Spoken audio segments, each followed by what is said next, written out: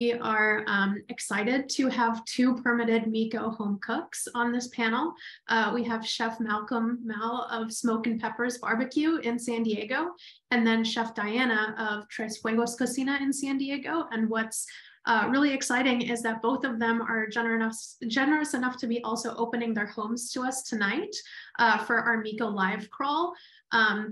Live stream. So what we'll be doing is we have a small group of people that will be going to their MEHKOs and trying their food, and we will also live stream that to you all if you're interested in seeing, what this looks like and how they're operating. So they'll be answering your questions now, and then in the evening portion, you can also kind of get an inside look. So without further ado, I'm going to turn it over to them with our first question. About just what inspired you to start your MEHKO, and specifically also if you could answer what you serve, how do you serve, that would be a great intro to your businesses. And we can start with Diana. Hi, everybody. Diana here. Thank you guys for having me. The Cook Alliance is doing great work. And if it wasn't for them, I wouldn't be in front of you guys here today talking about the great positive MEHKO things, the MEHKO things are doing for us. So my inspiration to start MEHKOs or to start cooking from home about 3 years ago was just to see if a recipe we had was good. It was a question that my family, my mother who had just passed away, wanted to do. She wanted to share her food. And we were talking about this for years, 10 years, I believe. So I tried to go back, but it was for a lot of years a conversation of starting a food business. So we started, and step by step, we're here today, legal, starting a new business, hopeful for the future, and working very hard for it as well. And just to give people context, if you could tell us about what you serve and how you're currently operating right now. Okay, great. Yes, I serve birria. I started serving birria. That was a specialty that took me about 7 years, a recipe that took me about 7 years to develop myself. And just that's what we serve. We started off like that, but from there it went on to the birria specialties we serve. Very, very known for our birria ramen, which is a Japanese birria ramen. That's our specialty, and that's what people come to eat or experience. But now, 3 years later, we're serving everything, where people come to us for chilaquile bars, they come for us for taco bars. Now we've built a brand after a few years, and people want to try more other than birria. Thank you so much. Okay, so then moving on to Mal, if you can give an introduction to your MEHKO.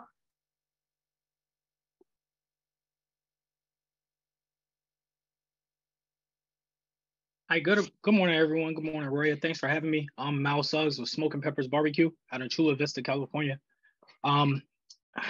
Yeah, so I've been doing my MEHKO since about June, got licensed, and what inspired me to start was, I'm sorry, I was reading the chat. What inspired me to start was I've been in the Navy about 16 years. I'm still active duty, and been cooking barbecue from North Carolina originally.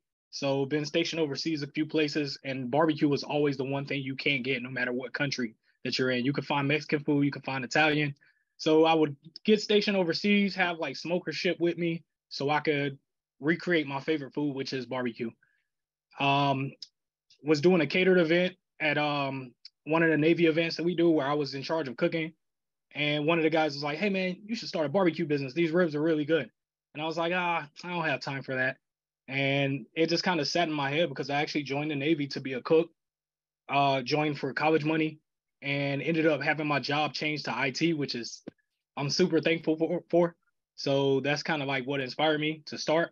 And this was a way to kind of, as therapy, unwind from like the high intensity job that is like working on networks and IT stuff all day. And I serve American regional style barbecue, and I do it about once a week. So on the weekends, I'll smoke up a bunch of meat and make meals. Perfect. Thanks so much. So I just wanted to get a sense of how did you all hear about MEHKOs in general, or what was your, experience cooking before getting your permit, and how did you enter this whole ecosystem?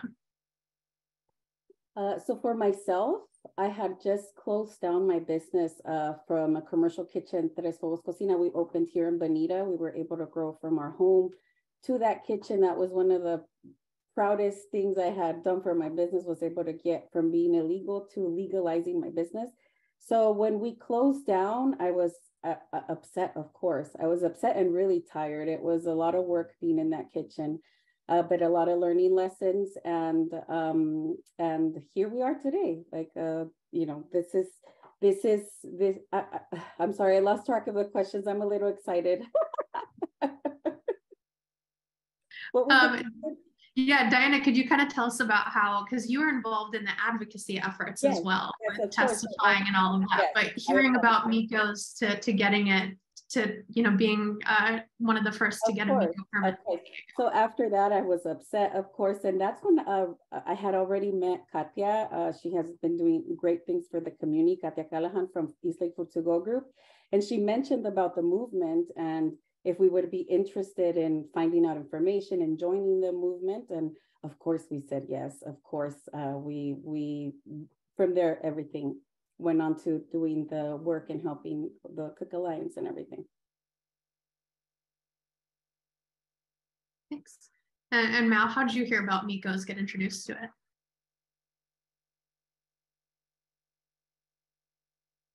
I see the mute button. All right. So after my buddy made that comment about starting barbecue, I decided there was days that I wanted like brisket, but you can't eat like 10 pounds of meat yourself. So I start advertising it. I go buy a brisket and I smoke it, and I advertise on my Facebook like, hey, anyone who wants to buy the extra brisket, just hit me up and buy it. And so that kind of took off, and it was unexpected. I just expected to like break even, and people were like, hey, I'll pay you to do this. I'll pay you to do that. So I was like, oh man, I got to look into a way to legalize this. So I started looking into food licenses and restaurants, trying to open a restaurant or a food truck, and then just scouring the internet. I ran across the cottage food laws, and I started looking into what that entailed. And I was like, oh, you can't sell actual food. And then I just kept researching, and eventually I started hearing about MEHKOs and all the advocacy. Actually saw Diana when they were at like the city hall, like advocating for it. And I just crossed my fingers and was like, I hope this thing gets passed, because as soon as it does, I'm gonna get licensed. And it did, and here we are. Thanks so much. So now that we do actually have, this license, at least in San Diego County, was wondering if you could give us all a little bit of insight about what it was like actually getting that permit, for those that might not be in a jurisdiction that has the permit, but what process you had to go through, from the costs, were there things that were unexpected? If you can give us a little bit of the inside track look at that, we'd appreciate it.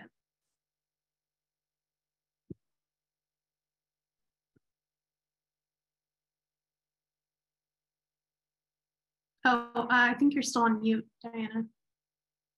Yeah, there you go. Okay, so for myself, I would say that the licensing permitting permit was very easy, because I had previously been applying for the commercial permit. So compared to that, the MEHKO's permitting process was a walk in the park, because from the application, the way it's written, it's easier to understand than the commercial verbiage. So that for me was much easier. And I would say that it's very, very easy for myself. And for people applying, I would say that if you had a notion of the commercial process, this is a very simple process as well with the inspection.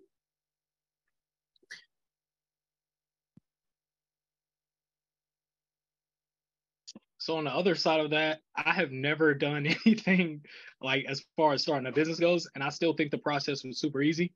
Once it was approved, called the resources, the health department, there was a few groups like the East Lake group and Karen's group, the MEHKO group, where people that had already went through it reached back and said, hey, this is what you have to do.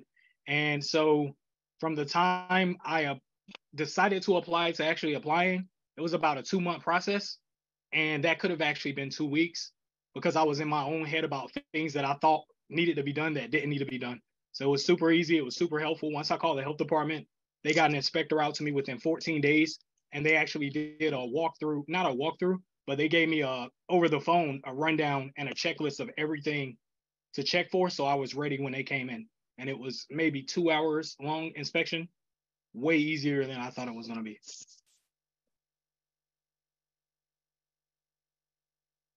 Just in terms of that inspection, I know that a lot of people have questions around, what does it look like, and nerves going into it. If there's any advice that you can give to people that are looking into the process, what would you impart to them?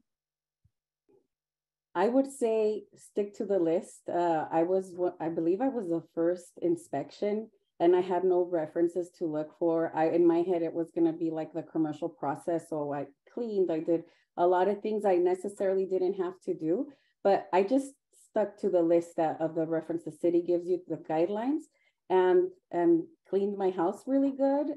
Just made it, as clean as possible, as you would expect.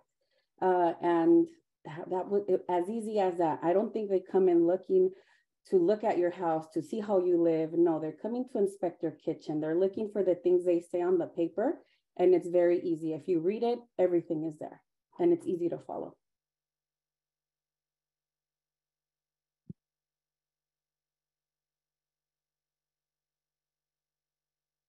One of the things we learned in the Navy that I didn't stick with when I started this process is answer the question being asked, right? You're applying because you're trying to do it the right way. So they're not there to fail you. They want, it felt like they wanted me to pass, because that gray area of there's so many people doing it the wrong way, or not the wrong way, but doing it the gray way, right? And answer the question that's being asked. And if you have questions, reach back. There's us in those groups. Find someone who's already went through the process and ask them to help you and for any other questions. Mm-hmm. So then the next question I have is, now that you all have your permits, you've been operating, what changes do you hope to see in any future MEHKO legislation?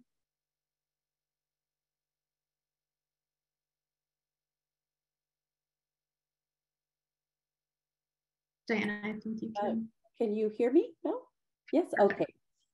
So I would hope, and that I've been working everything to open my backyard, to do a lot of little things. And I would just hope to see the quantities increase, because they're not being realistic. It's a very small number for the meals to be served. So I hope in the next year we can really work on increasing that, because it's not realistic. It's very hard to dive in full time and create a profitable business and have that great limitation, because I need profits for my business. I need revenue. I need gross income. So I believe those caps right there, I would love to see that change for everyone.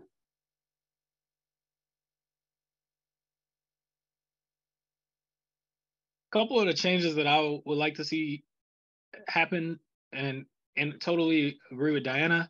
One is not only increasing the limits that we can do, but taking the restrictions off of what constitutes a meal, right? So if I'm selling, like a lot of my customers, they just want meat.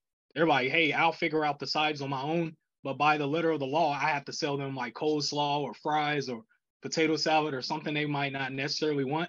And a lot of times they're like, well, I'll just go to Costco and get a rack of ribs from there, or rotisserie chicken. And even though my ribs are better, but it's like you're already fighting an uphill battle. So as long as it's prepared safely and within the letter of the law of food safety, I think we should have a little creative freedom with our menu, to where if someone just wants a burger, I can sell them a burger. That's really helpful. So thanks for that. In terms of just where you're at with your MEHKO, you both are a part of the Get Cooking program that we are starting to run in San Diego, where it's more like classes around business as well as a grant. Just wanted to know, what has your experience been in this program, and sort of what resources are you all looking for to be able to make improvements and grow your MEHKOs? It's been great. It's been great for many reasons. First of all, for myself, connecting with other fellow chefs and to know their stories, to know what food they bring to their MEHKO. It's just been a wonderful experience to see that, because it's such a small community, that it's not only myself, right? Or there's others, and to get together with them in a class, it's special. It's really, it's to get to know them and to see what drives them has been really, really motivating, and just learning, absolutely learning. I believe that, yes, one can say, I want to sell food. Do I have a good recipe? But in order to create a business, there's so many things you need. There's so much knowledge you need to gain. It's not all about the food. It's not just about that. It's easy to just sell it and keep your money and not having to legalize everything. That's really easy. But for me, that's not what the purpose is. I just a few weeks ago, I was able to pay my first taxes. And to me, I cried. Just, it was a little bit, but it's just that's the direction I want to keep going in, legalizing everything, knowing that I'm taking the steps necessary to do things right. Or if something goes wrong, you know, I have the proof I did everything right. So that, to me, to have access through like the Get Cooking program, to get better at what I'm doing, to have a better road to follow, with a business plan, with a budget plan, with a grant, to be able to buy these the equipment I need. I've been so excited looking at equipment that I could afford now. Just one of the cameras I'm looking at is $1,000, and that my business needs that. Not only one, but we're growing. And like I said, not only am I gaining knowledge, meeting other great people, getting inspired, I'm learning, and I will also be able to invest in my business, which is the most amazing thing for somebody like me that has no knowledge and no means to get a loan from a bank right now. This will help me out a lot. So thank you very much, Roya. Thank you very much to everybody doing this for us. I just got a message from Steve Kramer. Hoorah. He said, Semper Fi. Thank you. I'll look you up as well. The question was, how has the Cook Alliance been helpful? It's been super helpful. The Get Cooking program that you're in San Diego, with the education classes and grants, and how that's helping you take your business to the next level. Mm-hmm. Absolutely. So initially I signed up because who doesn't want free money, right? Like grants. I was like, oh man, I'm gonna get some money to help with this business, because I've bought so much equipment to make it work, modified my office. I'm looking at a new fridge I had to buy. So that's what I went in there for. But the connections, like Diana was saying, and the networking, it's so helpful and so powerful, because a lot of times when we love food, us foodies, we love food, and we look at it like, hey, I'm going to start a food business. But food is only like maybe 1/10 of it. The business is the other 90% of it, right? So there was things I knew how to do, like I'm an IT by trade, so I could build a website, but I didn't know how to build a budget. I didn't know how to source product. I didn't know any of those things. And being able to network and have access to mentors in the Get Cooking program has just been invaluable, in terms of being able to shorten the learning curve or not make a bunch of costly mistakes like I was doing when I first started up in June. So it's been invaluable. Can you actually elaborate a little bit on those mistakes, both of you, like either whether they're mistakes or challenges that you faced, things that sort of surprised you about running your MEHKO? Where do I begin? I'll start with the most basic, and the first challenge I had to answer your question was to multiply the quantities of portions. So that was one of the first things I encountered, was how do I multiply this recipe that I'm doing for 10 people to 50 people and have the same quality, the same everything. Like it has to be the same as the 10 I mastered.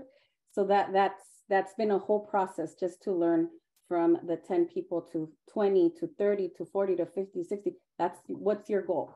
So that right there. It was my first challenge that I've proudly overcame.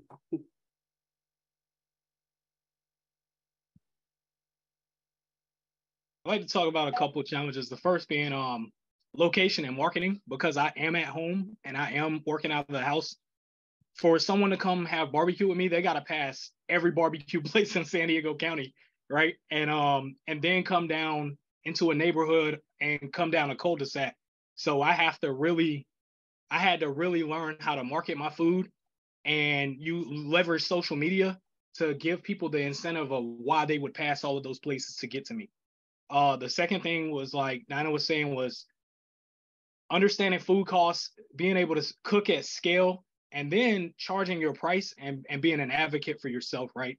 Because the thing I get a lot of times is, well, hey, I know how much it costs in Costco or wherever you get it from. And it's like, oh, I could just do it myself. And I'm like staying, like, I'm smell like brisket right now because I've been up since 2 a.m. Tending a smoker.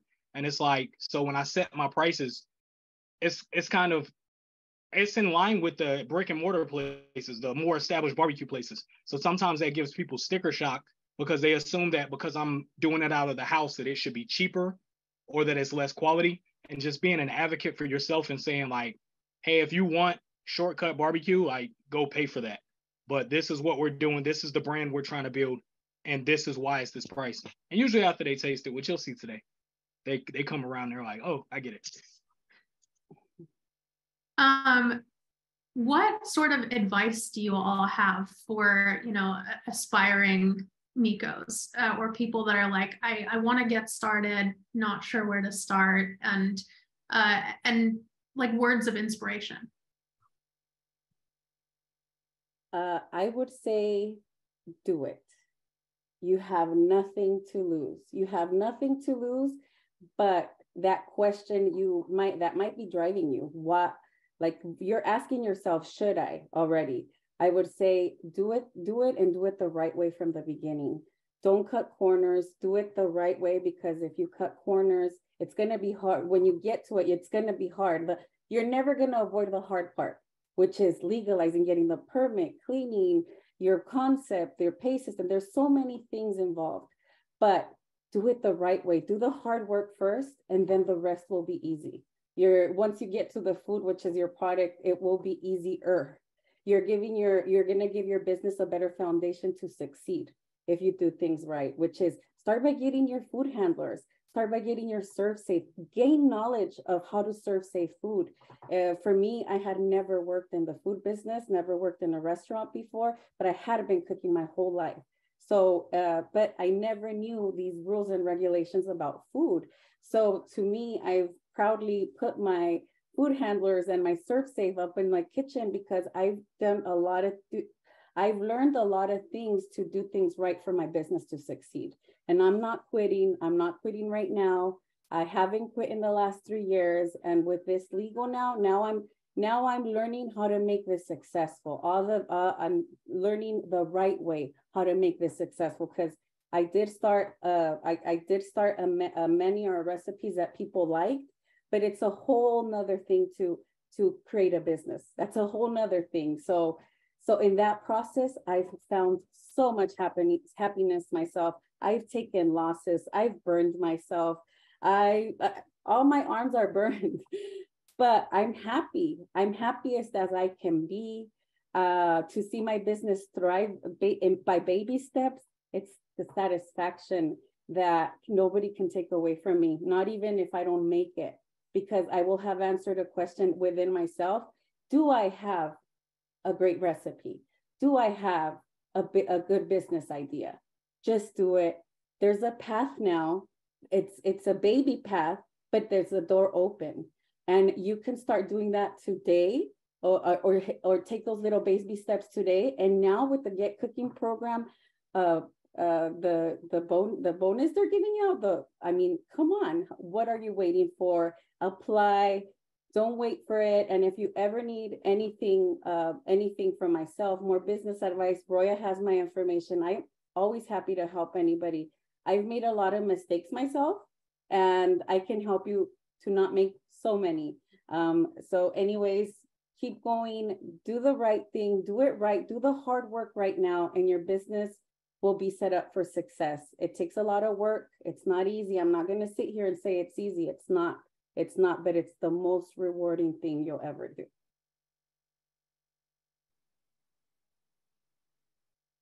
And the advice I would give, actually, I'm going to give some advice to someone who spoke up a little while ago, Delilah.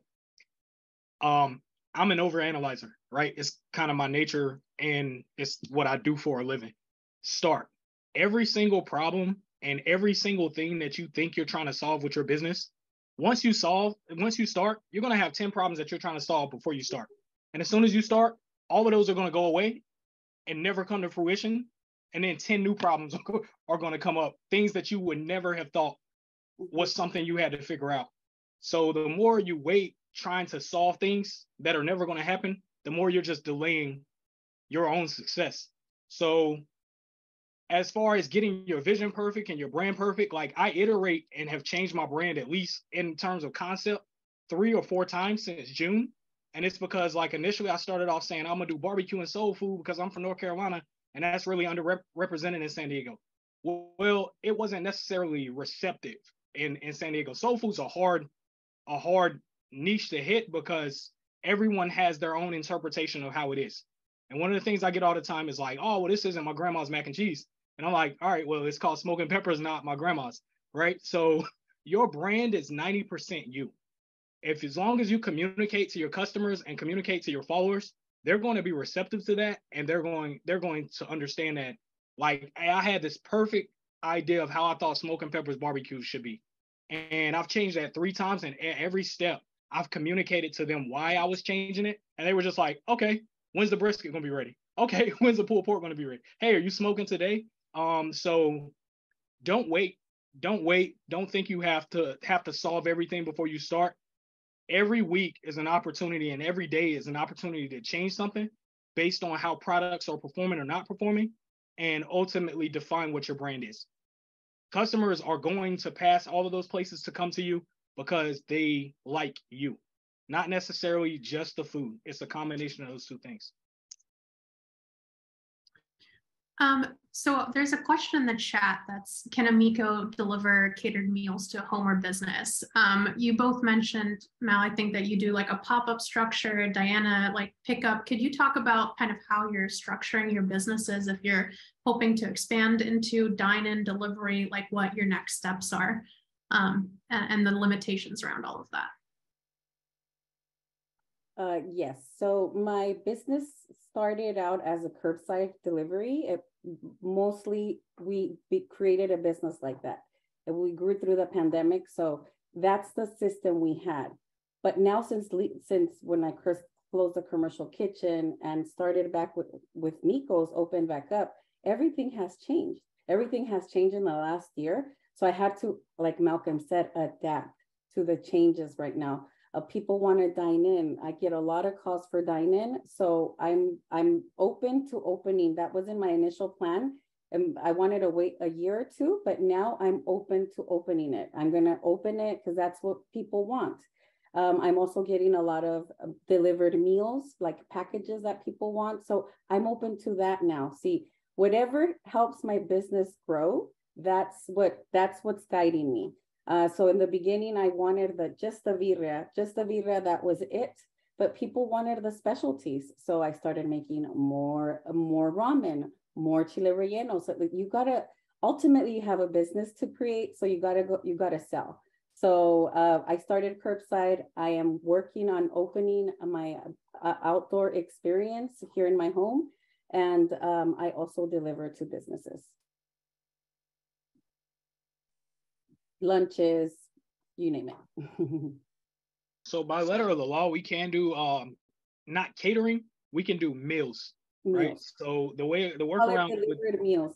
Right, the workaround to that is if someone contacts me and they're like, hey, we want to feed our office full of people, and what would typically be considered a catered event, I'll let them pick a couple sides. I make just a big dish, and then I just portion it out in individual meals.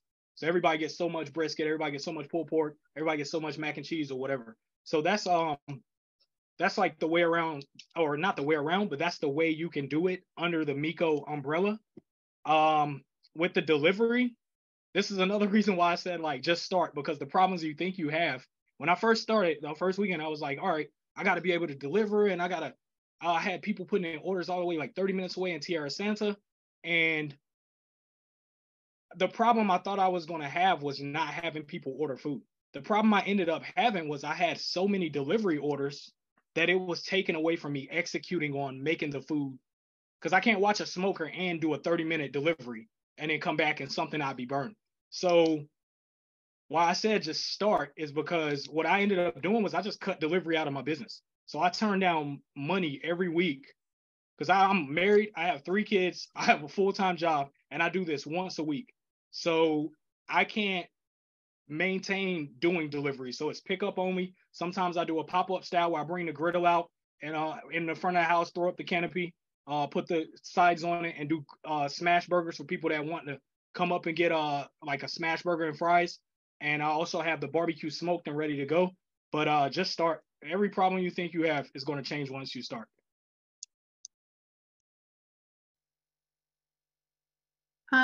So we have another question in the chat. Do either of you have experience using IFC's internet food service intermediaries? And if so, have they helped you? Is it something you might look into doing? I haven't because we have to buy our products here in the US. So I stick to that.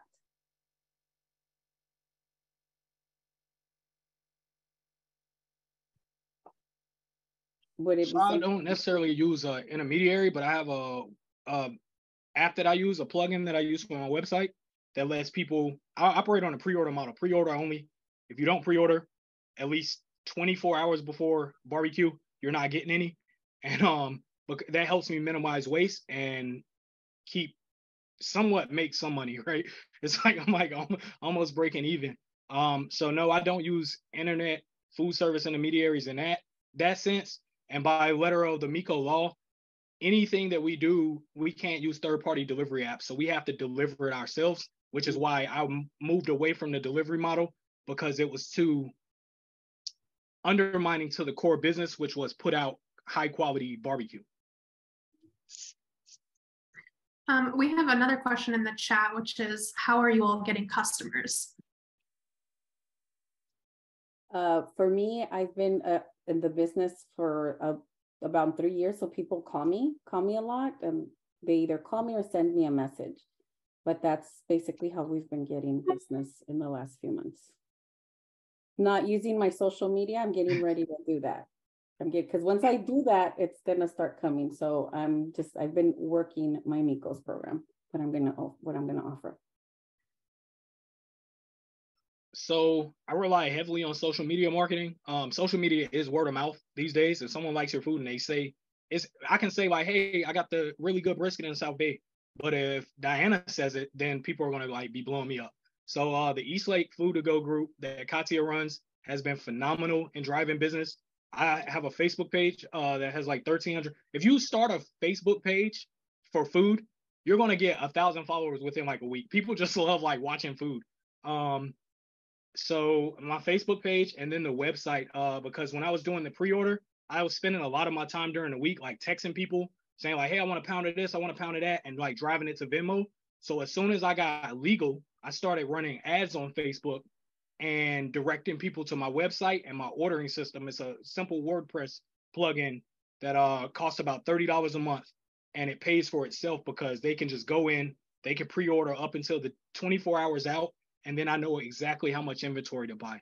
So that's how I'm getting my customers, is by leveraging. The app is called Oracle, Gloria Foods by Oracle, and it's a WordPress plugin. I can send it to you. But that's how I've been driving through my social media page, my Facebook, my Instagram, and through the food groups on Facebook. So both of you talked a little bit about how this is a pathway for you to enter this type of business. Some of the comments in the chat have been about, is this a stepping stone? What do you hope to accomplish? Do you all have aspirations for the future of your MEHKO? Is this how you hope to operate in the long term, or what are you thinking in terms of using it as a stepping stone moving forward? For myself, initially my goal was to open either a restaurant or a food truck without having any experience. That was our first goal. But after the experience, after working in the kitchen and doing things in and out, working food, I know that that's something I can't handle right now, like working towards opening a restaurant. At the moment, I don't even have the level of experience. I must admit that to myself. So my current goal is to work the MEHKO's program and make it successful for myself, because that's the best, for my experience, that's the best step for me to take.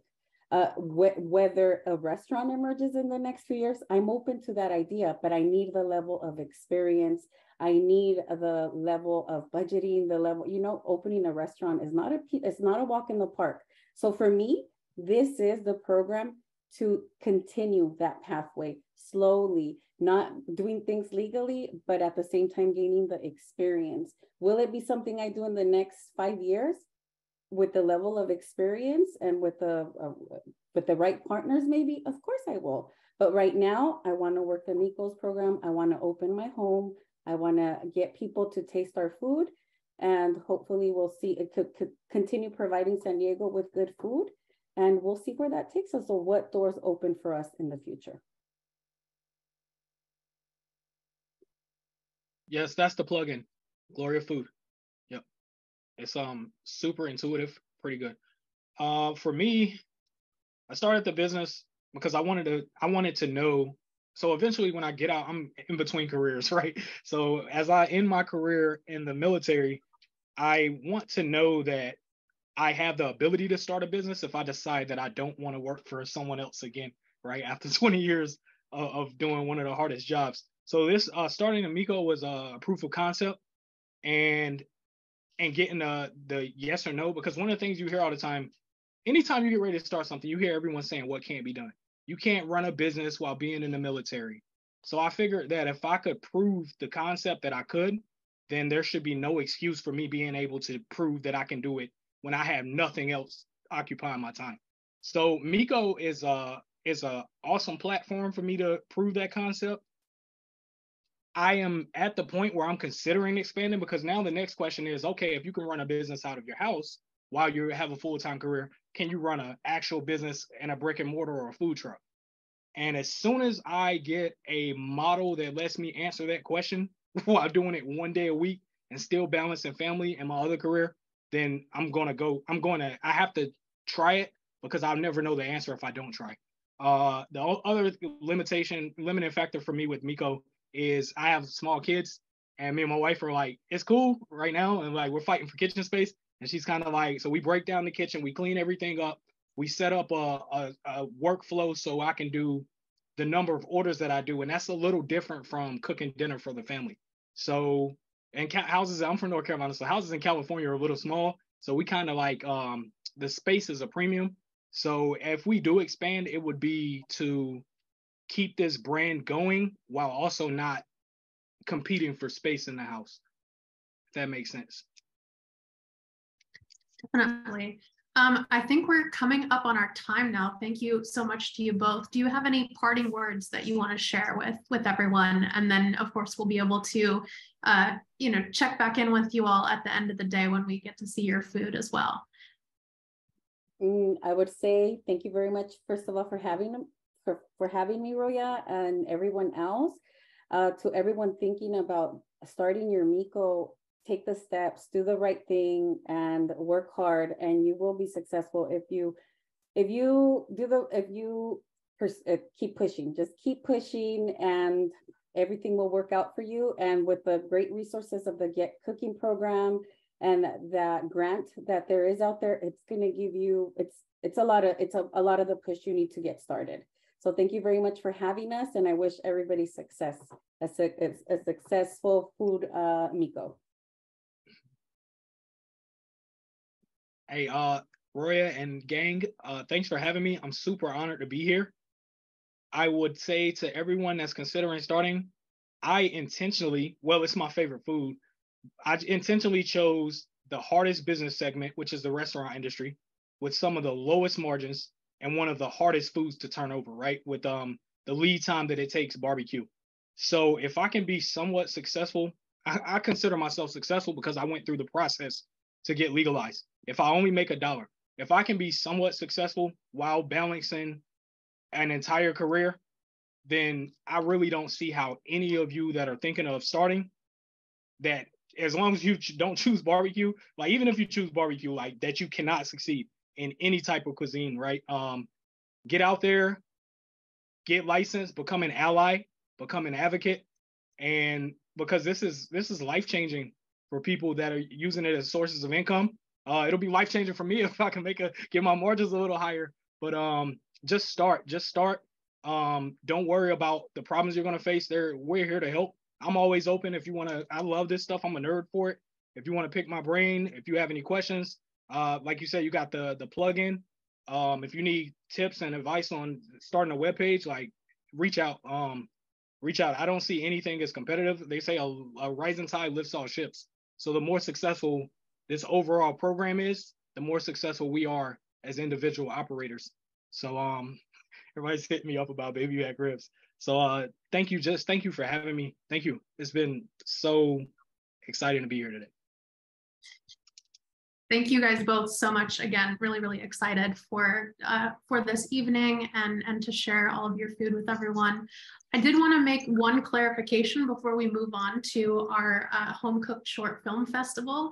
And I've been seeing a lot of questions in the chat about our Get Cooking program. And right now, while it is focused in San Diego County and available in San Diego County for MEHKOs, it's something that we are hoping to expand across the state and then eventually across the nation, because we fully recognize that MEHKOs, need assistance not only with the startup costs, but also really with, full wraparound business services, figuring out how to actually get a business up and running. And so we're right now going deep in San Diego so that we can show a pilot that really is proven to work, so that then we can expand it to everyone else. So if you all have questions and are hoping to start a MEHKO, take advantage of this education program, it is one of our top priorities for 2023 and is a main reason why we fought so hard to get $8 million into the California state budget, are going to be really working towards getting budgetary funding in any bills that we try to pass coming in 2023, so that we can really uplift this entire ecosystem in a way that is sustainable for everybody. So